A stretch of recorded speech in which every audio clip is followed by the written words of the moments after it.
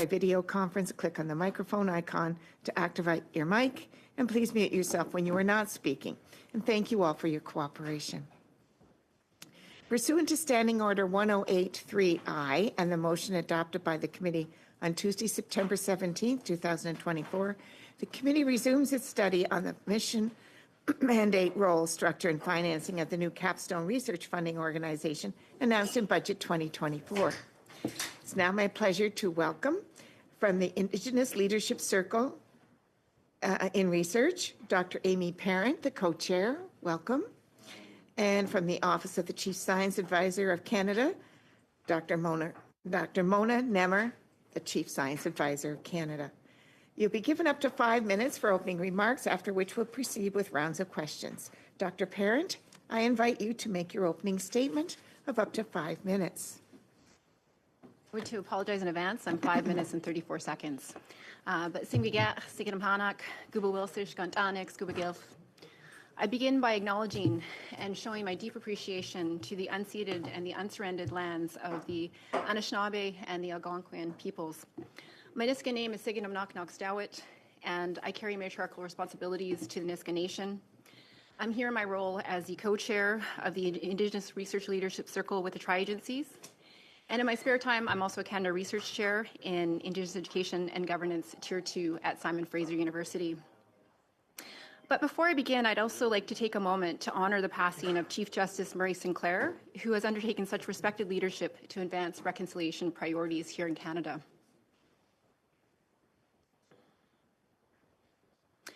And it's in this spirit that I invite you to continue advancing reconciliation by helping to ensure that self-determination for Indigenous research and our research governance is meaningfully respected and strengthened in Canada.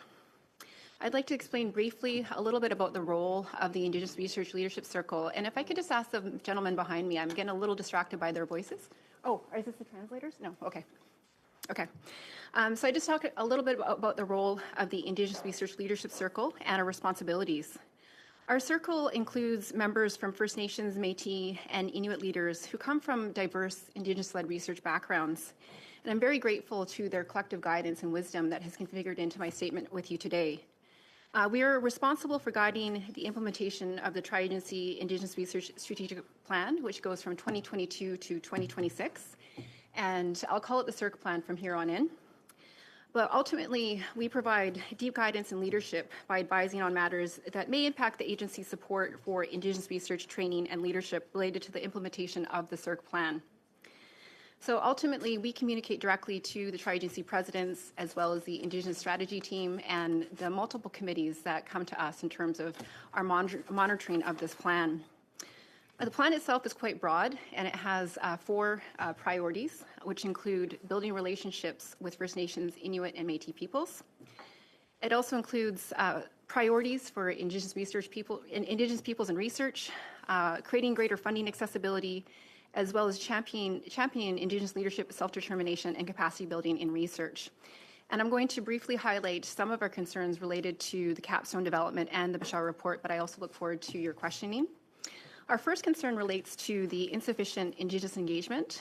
The Circle had minimal input on the Capstone development, and of deep concern, the Bashar report lacked genuine Indigenous representation on its advisory panel. It therefore poses significant legal challenges due to insufficient alignment with the United Nations Declaration on the Rights of Indigenous Peoples, as well as the CIRC plan. Another concern is related to Indigenous representation in the Capstone governance structure. We see a single Indigenous board member in the proposed Capstone's governance as being inadequate to address what we would consider an increasingly complex and distinctions-based research landscape. Within the report itself, we also saw significant epistemic bias. The Bashar report has had a very narrow and epistemic focus on the broad ecosystem of science and has completely negated the holistic, the transplant, and the transdisciplinary nature of Indigenous knowledge systems. We also saw a misalignment of priorities. The Capstone's focus on mission-driven and international research misaligns with many of our local, national, and international Indigenous priorities and mandates, including Canada's CIRC plan. And our final concern relates to budget sustainability. There's no clarity on how funding priorities for Indigenous research will be governed by Indigenous peoples and nations and organizations across this country. In terms of our recommendations, we have four broad recommendations, and I'm happy to go into more detail on those. Our first is to increase Indigenous research funding and Indigenous oversight. Current funding levels need to be maintained and extended to support Indigenous-led research and governance needs, and this includes integration with the Canada Foundation for Innovation to support Indigenous infrastructure needs. We also highly recommend further consultation on Indigenous research needs and the development of an Indigenous research agency. And this should follow a distinctions-based approach and involve partnership with meaningful and robust consultation with Indigenous rights holders. We also recommend the continuity of the existing tri-agency Indigenous bodies, including the Circle itself, as well as the SSHRC Indigenous Advisory Circle, as well as adherence to UNDRIP, while contemplating extending and really embracing the SSHRC plan beyond 2026. And our final recommendation relates to the appointment of distinctions-based Indigenous representation on the Advisory Council on Science and Innovation to support the implementation of the National Science and Innovation Strategy. So I'm very grateful to be sitting beside Dr. Niemer here as well. Thank you. So now, Dr. Niemer, the floor is yours for an opening statement of up to 5 minutes. Bon après-midi, Madame la Présidente. Good afternoon, Madam Chair and distinguished members of the Science and Research Committee. Thank you for inviting me to discuss the project for the umbrella organization. It's always a pleasure to support the important work that you are doing. Let me start by saying that I welcome the modernization of our research funding ecosystem. Two independent reports in the past 7 years, the Naylor Report in 2017 and the Bouchard Report in 2023, have identified similar ongoing challenges and proposed convergent solutions.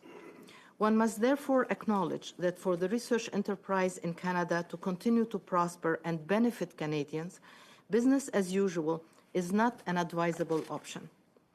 Indeed, a lot has changed in the past decades in terms of the research questions we need to tackle, the way we carry out research, the tools we use, and the collaborators we choose. And in spite of much effort, maximizing the benefits of research to society remains an area in need of attention in Canada. It is therefore timely to examine how our federal funding mechanisms are fit to support research and development in the 21st century. Since my last appearance before this committee, my office has continued to promote science and provide advice to government on important issues affecting the lives of Canadians. In so doing, we have come to appreciate the many strengths of our present research funding system, but have also recognized persistent gaps, particularly when it comes to tackling complex challenges that require multidisciplinary, multi-sector, and often international collaborations. For example, our recently published report on the use of science in emergency management illustrates the vital need for research coordination both in peacetime and during national emergencies. Preparing for and responding to national threats requires a focused and integrated approach to discovery, evidence generation, and analysis. It also requires built-in knowledge translation mechanisms to ensure that research is co-designed for the intended needs and that results informs communities, policymakers, and inventors alike. The efforts of successive Canadian governments to support basic and applied research are laudable, but the disconnect between research and innovation programs has limited our ability to valorize, develop, and commercialize research outputs for socio-economic benefits and gains in Canada. The capstone organization must therefore maintain disciplinary excellence and ensure that fundamental research and talent development continue to thrive in all fields and disciplines. At the same time, it must address existing gaps, especially with respect to intellectual property protection and the support of the early critical stages of innovation. En d'autres termes, In other words, it must facilitate the implementation of a research and innovation strategy for Canada and strengthen Canada's global position by sending a clear signal of our commitment to a strong and coherent research and innovation regime.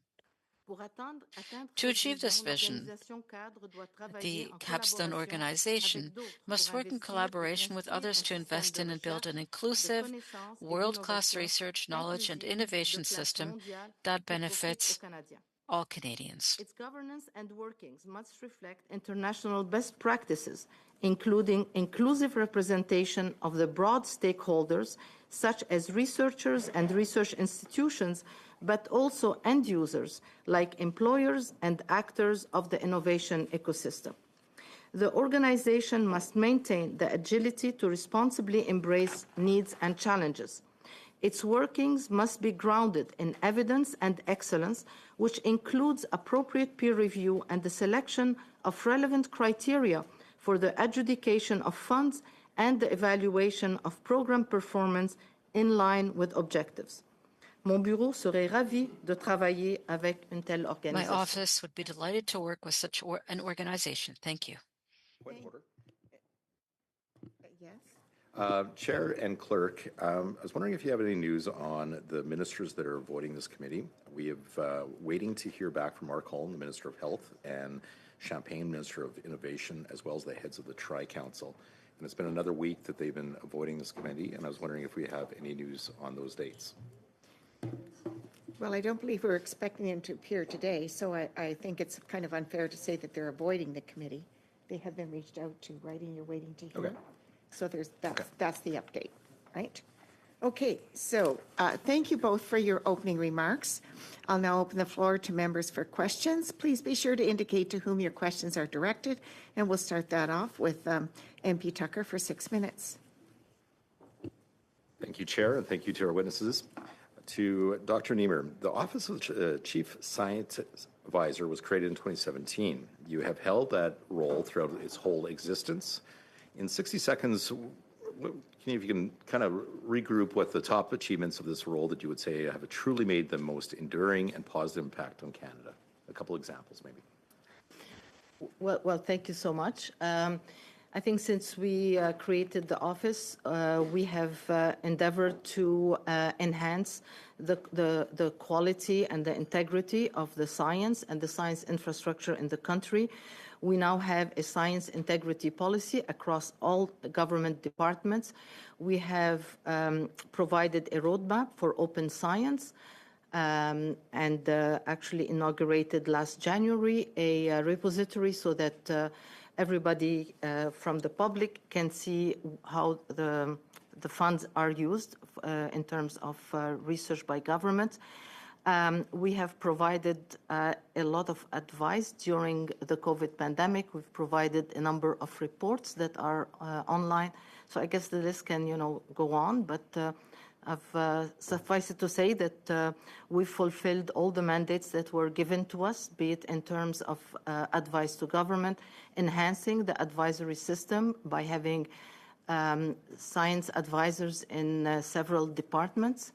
We've, managed to connect with the international community as well. So, what are the new objectives or goals now for your organization now that that's done?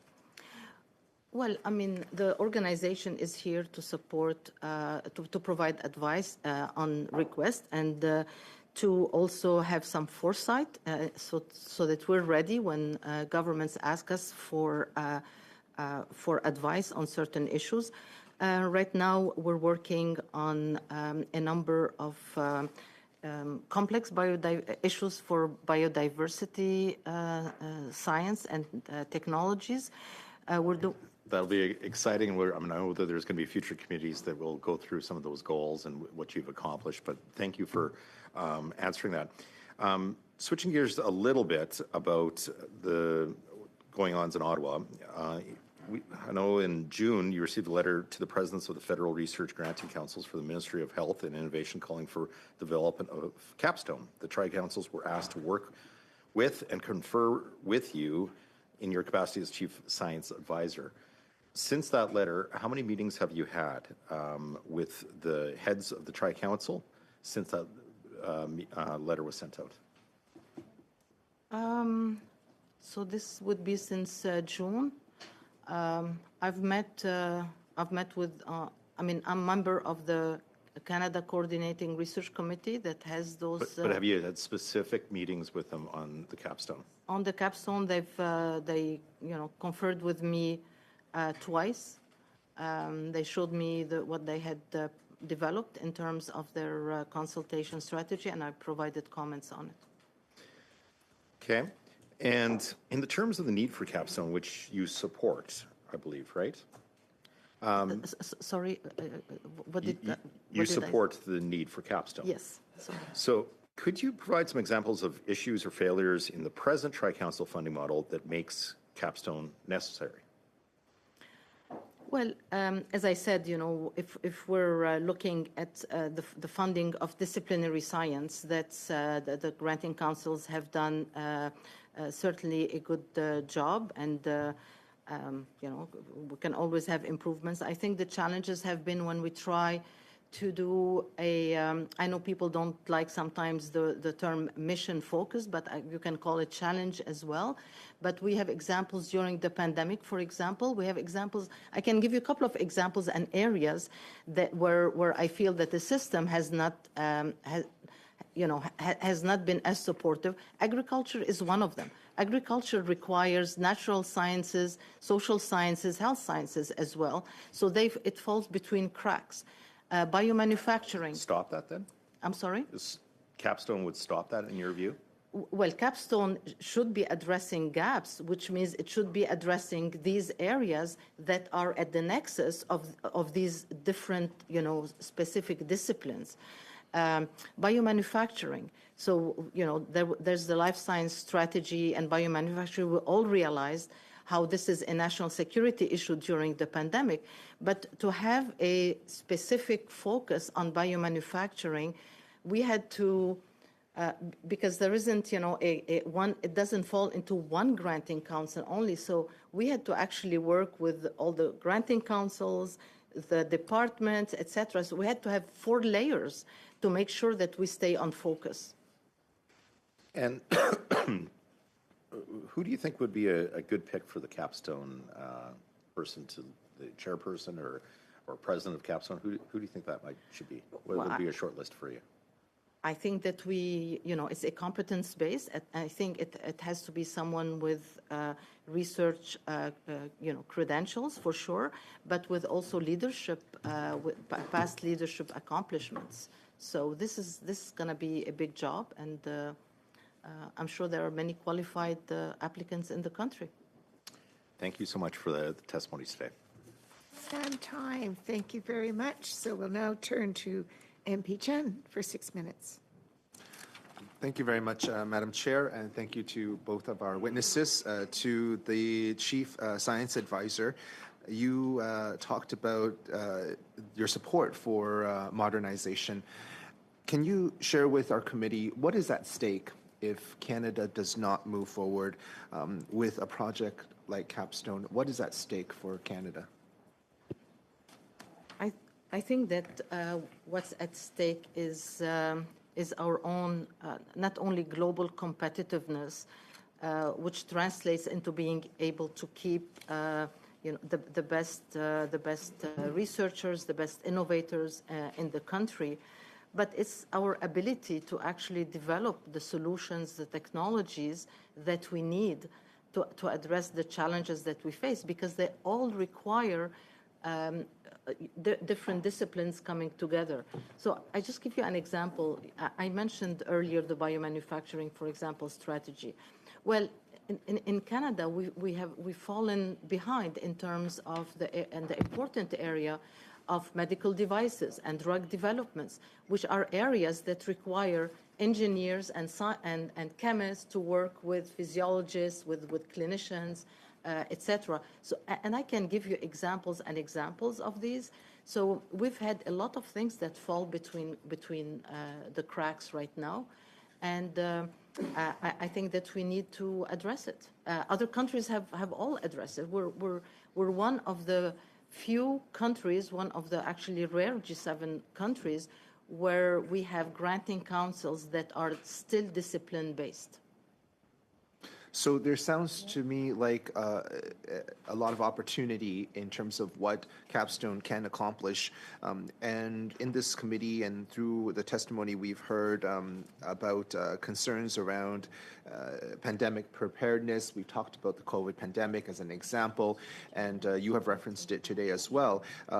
How can we enhance the linkages between health research and the work of government through Health Canada under an organization like Capstone? Well, I think it's, health, we need a lot of research and a lot of solutions in health. Many of them come from the research that we perform, whether we talk about neuroscience or medical devices. I think there's a very important component also, which is research informing public policy.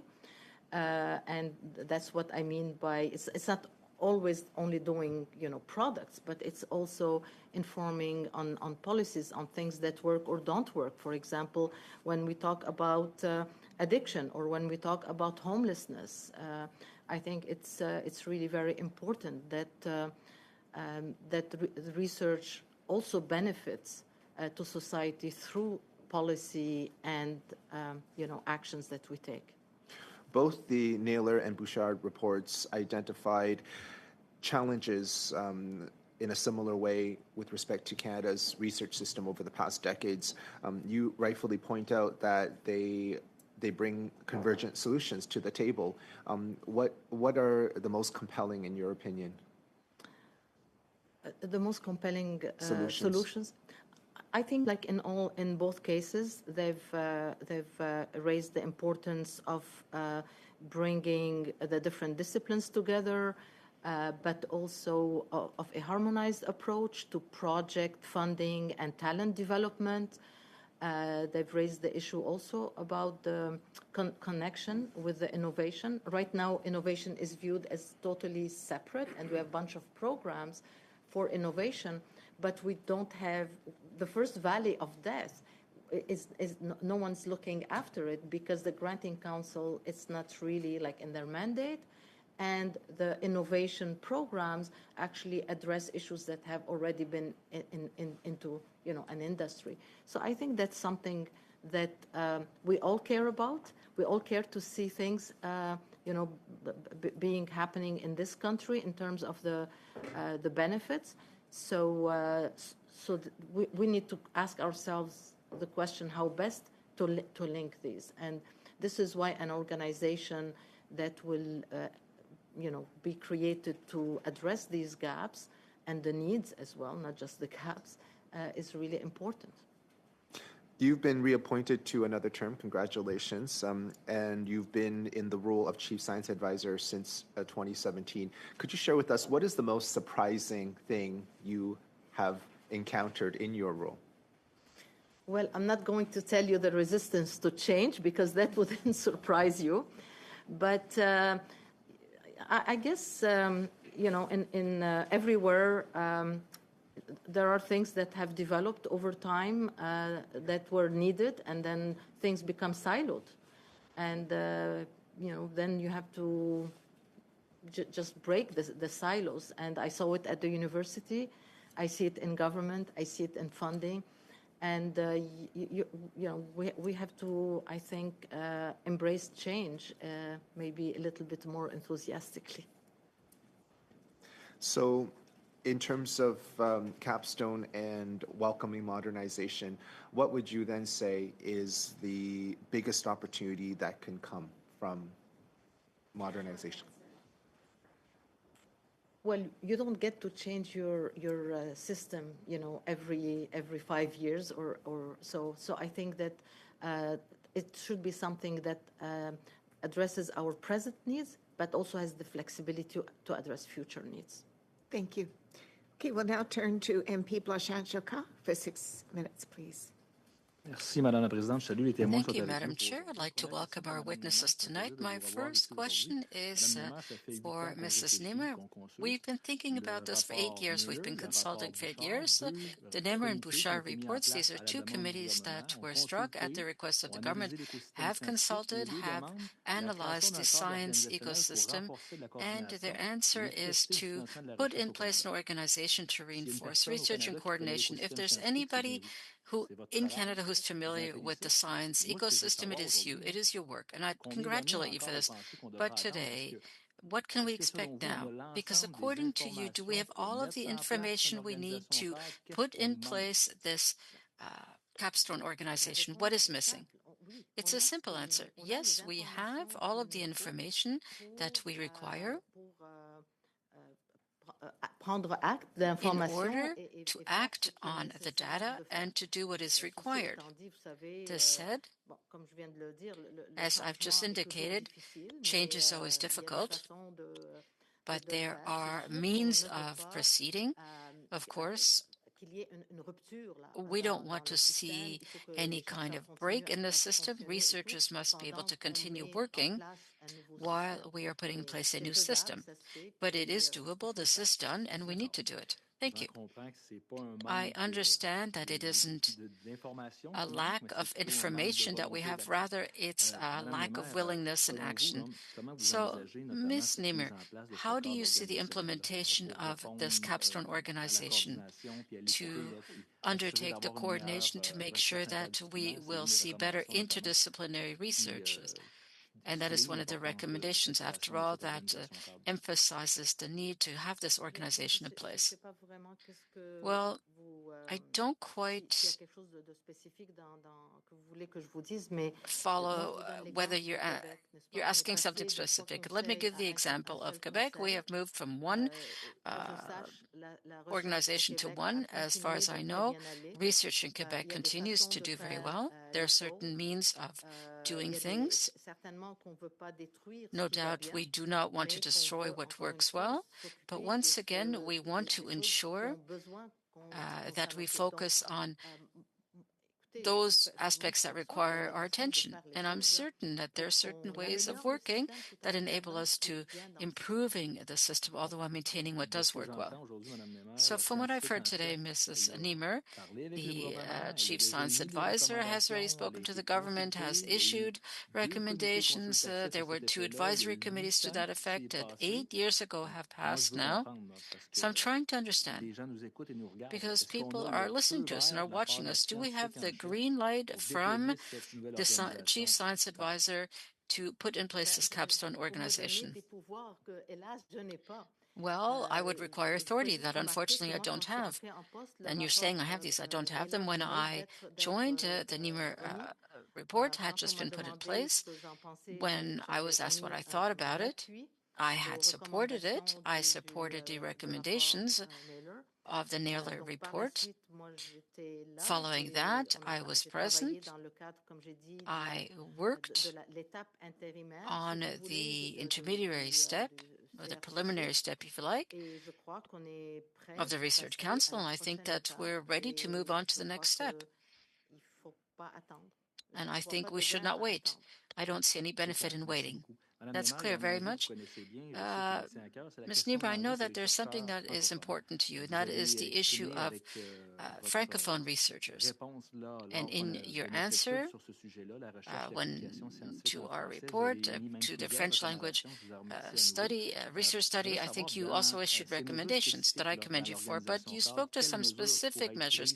But what measures, according to you, should be taken to better integrate French-speaking research in this new capstone organization? Well, clearly, it has to be representative. And representation means that we're speaking about individuals and institutions. I think that's important.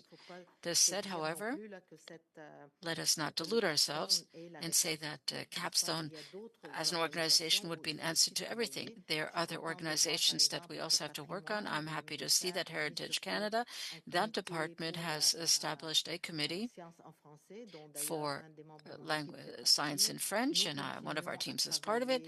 So we're continuing to work to ensure that we have the translation on AI algorithms. We also, they've received funds. I think it's important for us to continue working on all fronts. We're not quite there where we need to be, and I think we need to continue our work. Since we're speaking of continuing, you spoke about being representative, and I imagine that you're speaking to the size of this. There's something we regularly have heard in committees, specifically when it comes to funding, is that there's an issue about the large, medium, and small universities, not only when it comes to funding, but in terms of their representative nature. So you are the expert of the Canadian science environment. When you don't consult the smaller organizations, what could be the negative impacts of this? To the extent that we want to see an organization that takes care of coordination and that meets with the needs and that ensures that there is an overall mission. It is absolutely imperative that we understand the environment where we will be present. It's absolutely key that we also understand both the strengths and the challenges faced by the various communities and various regions in the country. If we do not do this, we'll have programs that will be poorly adapted. Over our time, but that was important. So now we'll start our second 5-minute round. And, oh, I'm sorry. Oh, no, sorry. MP Angus, first of all, welcome. No. Not my first time here. We're very pleased you're here. Thank you. And please, for your 6 minutes, please proceed. Thank you. Ms. Parent, I wanted to begin with you in terms of where we stand in terms of Indigenous research, in the training that's necessary, the funding that needs to be in place, the independence to be able to carry out this research from an Indigenous perspective. What's the state of the land? Yeah, well, thank you very much for that question. I think it's important to really provide some further context to the development of the CERC plan itself. This plan is directly connected to the progressive expertise and feedback that we have received from generations of Indigenous research leaders, as well as informed by research studies and data. And what we've been able to see is sort of an incremental progression in terms of the work and the priorities that have been embedded into the strategic plan. Of course, it's not a perfect plan, but I can say that it's taken us decades to get here. And I think that's a really important starting point. And when I look at what has emerged with the capstone, I can say that the CERC plan didn't evolve over 3 weeks, and that there's a really strong disconnect between the consultation process that has happened with the capstone versus what we've seen within the CERC plan itself. And also in terms of representation and representation of diverse Indigenous rights holders. Well, I asked that, and it may surprise you, but I'm not a scientist. I got 48% in grade 10, and they told me to start another career, so I became a politician. But I was an organizer for the Algonquin Nation. And what I learned very quickly was that knowledge is power, because the only time they ever wanted Indigenous information, traditional ecological knowledge and that, it was like, well, here, we'll give you some money, do some research, and then bring it to the table and we'll negotiate. And who were we negotiating? We were negotiating with forestry companies, mining companies, hydro. I mean, the departments were never our friends, but knowledge in the communities was what gave them strength. So how do we ensure that Indigenous research that's being done, I mean, the whole question of IP, who in the nations, it's a collective knowledge. How do you make sure that we are adequately funded, but that we also have provisions to ensure Indigenous empowerment in how their research is handled and who benefits from it? Oh, thank you. That's a beautiful question. And I can also say that I also don't have a full science background, but many within the circle do. Some of us are trained scientists, and we do represent what we would consider transdisciplinary expertise. So that includes members of our circle who have health and science and education, social science, and language and cultural revitalization expertise.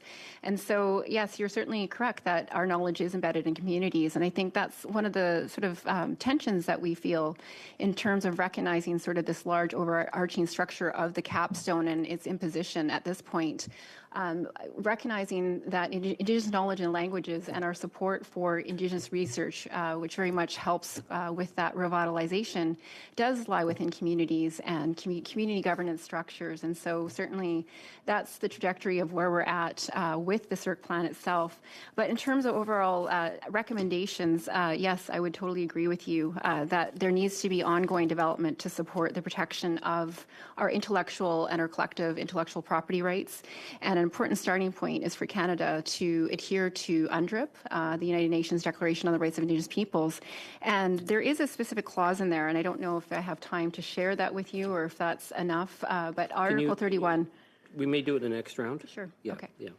I wanted to also ask, because what we'd heard is the whole role of graduate students and postdoctoral fellows on the governance board. And they're always at the low end of the stick in any kind of research. And I'm wondering if you've looked at it from an Indigenous perspective, ensuring fairness and equity to make sure that they are also able to be part of decision-making. For sure. And we definitely, that is one of the core pillars of our current strategic plan, which is enhancing Indigenous research leadership capacity. And even when you look at their circle composition itself, which I think is a healthy model in terms of respectful Indigenous engagement, that we do have several members that are graduate students, and we have a postdoctoral research member with us. But a lot of our work really questions, how effective are we at the ground level, and how are we training the next generation that comes behind us, but also considering succession planning and making sure that there is diverse representation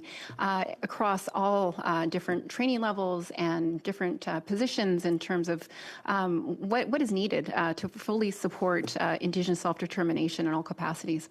Thank you. I think that's super important because, again, it is about building up this next generation. So if we're getting students to the level of postdoctoral to make sure that they have the support, that we're not losing them in Indigenous communities is super important. But I just want to end on this round in terms of, I don't know that the government's offering a whole whack of new dollars for research, and we have world-class institutions that are going to be competing, and yet we're going to be, many of the Indigenous programs that I'm aware of are the smaller ones. They're, in the far north, but they're doing vital work that nobody else is doing. So do you see that we have to have a special carve-out to make sure that we get fairness, or is it going to just be gobbled up by the usual players? Well, I really appreciate that question, and one of our first recommendations is the retainment of existing Indigenous research funding. And so I have done some research with my Canada Research Share program, but also in my role here. And first off, I think it's important to applaud the additional investment that was made in the spring by the Government of Canada in the spring budget.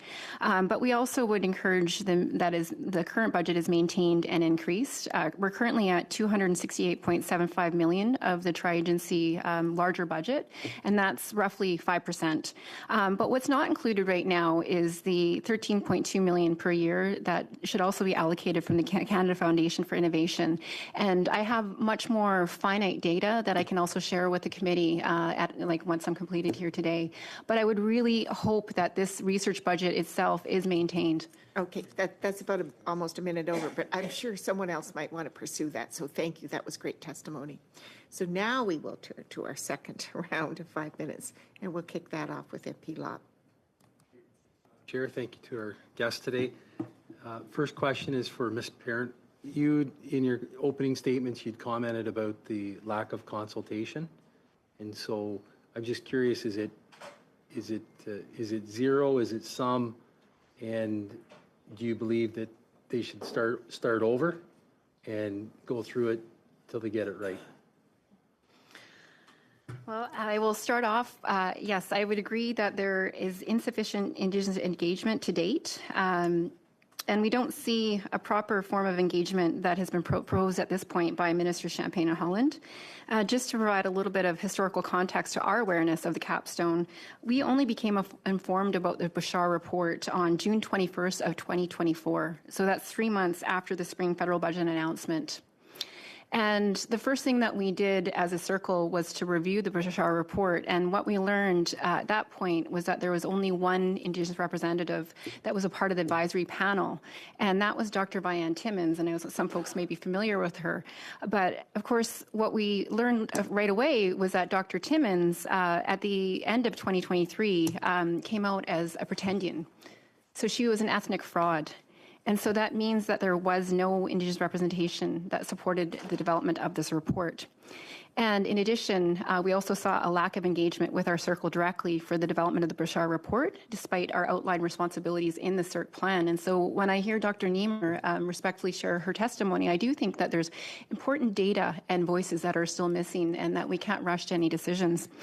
I also just wanted to point out again that there really is not enough consultation for us to be in alignment with UNDRIP, and that can pose some serious, significant legal risks if we proceed without proper consultation with all Indigenous rights holders. And so that includes First Nations, Métis, Inuit, Indigenous organizations, Indigenous controlled institutions, Indigenous researchers, and existing oversight bodies within the tri-agencies themselves.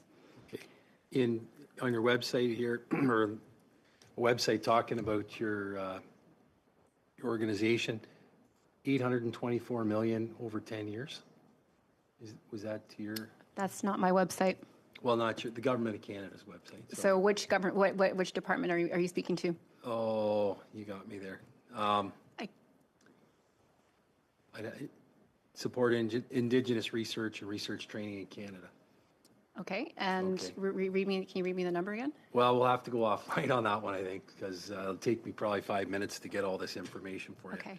Well, So I'm we'll happy to provide that data, Yeah, no. the most recent data from the tri-agencies No, themselves. and it wasn't Okay, a criticism. okay, It was a question on how it was going. I was just going to Oh, I ask see. how it was going, but we can follow up with that later. Dr. Niemer, thank you for your work, and I appreciate your qualifications, and I give you credit for taking on this job, because I'm sure some days it seems like a thankless job. There's probably a lot more criticism than thanks, so you've taken it on, and thanks for doing it. Your study that you came out with just in the last month or so was talking about emergency preparedness, okay? And in there, it talked about communications and information. I think it was recommendation number 7. If I can go back to my notes, and transparency, et cetera. So is that saying we're going to look forward, or is that looking back and saying, okay, with COVID, we looked at it and maybe there were some issues about transparency and openness and forthrightness? Is that where you're trying to get at on that one? I think it's the former, saying that we, moving forward, what we need to do. As I mentioned at the beginning of the report, it was informed by the experience, the lived experience in terms of science advice during COVID. It was also informed by best practice and by 2 tabletop exercises that we carried out. So one thing, and again, not to relitigate COVID, because I know that's in the past, but if you're doing this study on this, people in my community say, how come a nurse one day was a hero working in the emergency room on the front line, and then the next day they were faced with the fact if they didn't want to get a COVID shot, they were going to be suspended. Did you examine any of that on the actual people that potentially provide the frontline service, and including or excluding them, maybe when not all of the science is there to support their employment decisions?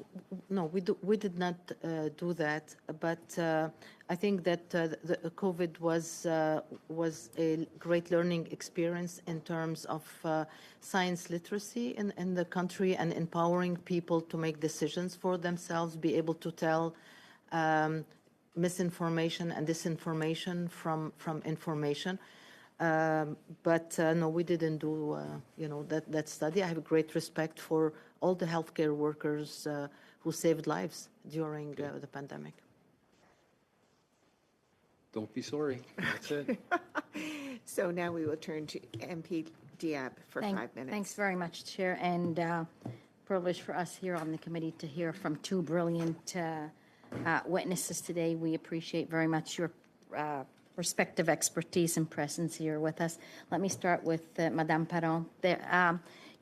Who, in your opinion, are the key players in this space, whether it's individuals or organizations that we should be also consulting with in regards to Capstone? Yeah. That would be helpful for us to have that.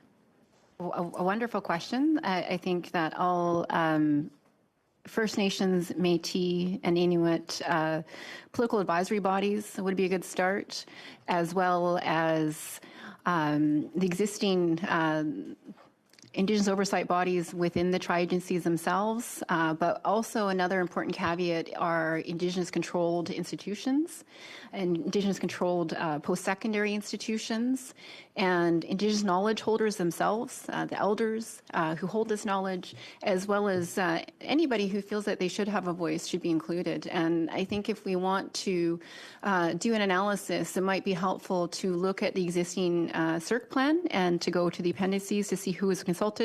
And I can also say that the Indigenous Research Leadership Circle has also supported a recent policy on citizenship and membership, and there was also a very robust consultation done in that. And so if you look in the back of that report, I think there would be some indicators of who could be consulted. Fabulous. Thank you very much. Dr. Nimmer, welcome back to us. In your testimony this morning and in your statement, and I think my colleague on the other side talked about the impact of science in emergency management, how it exemplifies the vital need for research coordination during peacetime as well as during national emergencies. Are you able to expand a bit on that and tell us why that's so vital? Well, I can. That's really important. I can give you a very specific example nowadays, because everybody thinks that pandemics are, some possibility in a long, down the line. Hopefully not during our lifetime. But right now, as we speak, we have a number actually of health threats. Mpox is one of them. There's a new strain in Africa, and the international community has mobilized. But here in North America, including in the US and in Canada, we have the threat of bird flu, H5N1, which has made its way now from birds to mammals, and in the United States to many herds, many cattle, porcine recently, and humans. So I give you an example. What my office has done recently is to bring the various departments that have to deal with this, from agriculture to the Canadian Food Inspection Agencies to Health Canada, Public Health Agency, Environment Canada, Parks Canada. These are all places, where there is H5N1, to have actually, with the Granting Council, to have a roadmap in terms of identify gaps, identify needs, and try to, get a coordinated approach for this. So that's a very concrete example. I think you just kind of answered a bit my next question, which is why is it important for us to maintain or even enhance the linkages between health research and Health Canada under Capstone? That's and another how do we do it? That's another example. Well, I think that there are many ways. Like I suggested, that I think that knowledge mobilization needs to be something, not an afterthought in our programs, but needs to be embedded in there. There needs to be pathways and processes by which research can, be provided back to governments, to communities. It's extremely important. 37 seconds, lovely. Why would it be valuable to make consultations ongoing in the community as we proceed through the implementation of Capstone? I would just say that having an ongoing, research and science dialogue in the country is a good one. I think it's very important to just, maintain relevance and to explain everywhere what research is about. I think, and when I speak about research and science, by the way, I include the, indigenous knowledge and the great respect for indigenous research. I think we need to encourage it. Thank you very much. And I know it's an ongoing process, learning process. I know we on this committee have learned quite a bit over the last 3 years. So thank you very much. Thank you. So now we'll turn to MP Blanchard-Joka for 2.5 minutes, please. Merci, Madame la Présidente. Je poursuis avec Madame Neymer. Thank you, Madame Neymer, Chair. vous avez bien dressé le I'd like to portrait lors de votre continue allocution with d'entrée Mrs. sur le fait Niemer. que I think at nous the avons quand même beginning eu des you bonnes nouvelles dans le dernier budget, une spoke augmentation about the depuis les last 2 good dernières années. On news savait in the que le budget budget. There's been an avait stagné. increase. We know Mais that there là, has been an increase in the j'aimerais last vous few entendre budgets. si les fonds du But I'd dernier like to budget ne hear you sont pas speak rapidement about this. accessibles If the avant la mise funds en of the place de la budget nouvelle are not quickly organisation cadre, accessible quel as the new impact pourrait capstone avoir sur organization les are put in projets place, de what recherche impact en would cours, this have notamment sur on la compétitivité du ongoing Canada research project, dans more les domaines specifically cruciaux, on je pense la the recherche en santé, competitivity les of intelligences Canada, for artificielles. example, On pourra in nommer health plusieurs, mais j'aimerais vous research and entendre. IA research? I'd like to hear you speak to that, please. I'd like to see the funds as promised be available as quickly as possible. That is, if we want to do new things, we need to have the funds available. Otherwise, the funds will be quickly earmarked and elsewhere, and we will lack means. So I do hope that the process will be speedy and that the project, the money rather, will be available for the researchers. A broad question. What are your expectations vis-à-vis the government today? As the Chief Science Advisor, we are looking towards a rather major restructuring. That is, this new funding organization requires a great deal of planning. You've indicated that we are ready, but in the short and medium term, what are your expectations? I think in the budget, there was mention of the capstone as well. There was mention of an advisory board for research and science and innovation. There was also mention of a science and innovation strategy. I think that is also very important because at a certain point, I do hope that we will see additional funding because Canada needs to move closer to the average of the other OECD countries. But we will have a roadmap. We will be deploying strategies that will have been well thought through and that the organization will be able to implement. In other words, it isn't simply one point. It is a set of various factors that are important to ensure that the entire system works. Thank you. We'll ask MP Angus to wrap it up as our final witness. 2.5 minutes. Ms. Perron, I want to go back. I'll start at the micro level and then pull out, and then you can choose where to step in. I was speaking with a really brilliant young Indigenous researcher the other day from Treaty 9 who expressed her frustration that she was told she was gathering data on Indigenous subjects in a non-Indigenous environment. And she said, like, being even able to explain what Indigenous data and knowledge meant in a non-Indigenous world, they were like, well, you're Indigenous, figure it out. But these are complex, and these are about respect, and these are about, again, knowledge is power. And so she felt very like trying to work in an institution that doesn't have the frame made her work very difficult. So I ask you that, given that Capstone is going to step in and we don't know the structure, we don't know how the money flows, we don't know how the governance works. We don't know if it's just another great idea of bureaucracy that's just going to sit there. How do we actually make sure that carved out space is there to have that Indigenous perspective protected, and how can that be? Is it possible? I appreciate that you highlighted attention, and one that I can feel today, even in our witness testimony, in the binaries that get presented between science and Indigenous knowledges. And I don't have the answer. I think we really do need to speak with more Indigenous peoples in order to understand that. And whether or not we stay within a capstone organization and have our own sort of distinct governing structure, which we're working towards with the CIRC plan, or if we go into something very distinct and separate as Indigenous Research agency, but more consultation is needed. In terms of other, I think, concerns and recommendations within that, certainly we do see the need for an appointment of Indigenous diverse representation on the Advisory Council on Science and Innovation. And so we also really appreciate being able to have a conversation with Dr. Nemmer, hopefully in the not too far future. Also recognition of the transdisciplinary nature of our knowledge systems itself, and that we go beyond even the disciplines. And as you talked about earlier, our knowledge is rooted in land and place and peoples. And so seeing that as being a pivotal element that must continue. And I think that's a way for us to begin to break down some of these knowledge hierarchies and these silos that get created. And as you already alluded to as well, really ensuring that we are respecting and protecting Indigenous collective intellectual property rights in all forms.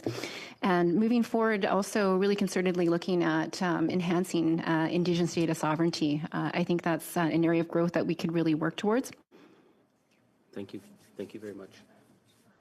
And thank you to both Dr. Amy Parent and Dr. Mona Nemmer for your excellent testimony today. If there's anything else that we didn't get covered that you'd like to submit, you can do so to the clerk. We'd be free to do that. So I'm going to suspend now because we're going to move in camera to consider a draft report. So thank you again for attending.